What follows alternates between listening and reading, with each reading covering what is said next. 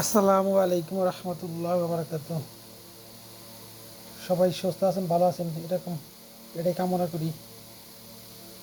আজকে একটি প্রিন্ট রঙের কাজের ভিডিও নিয়ে আসছি।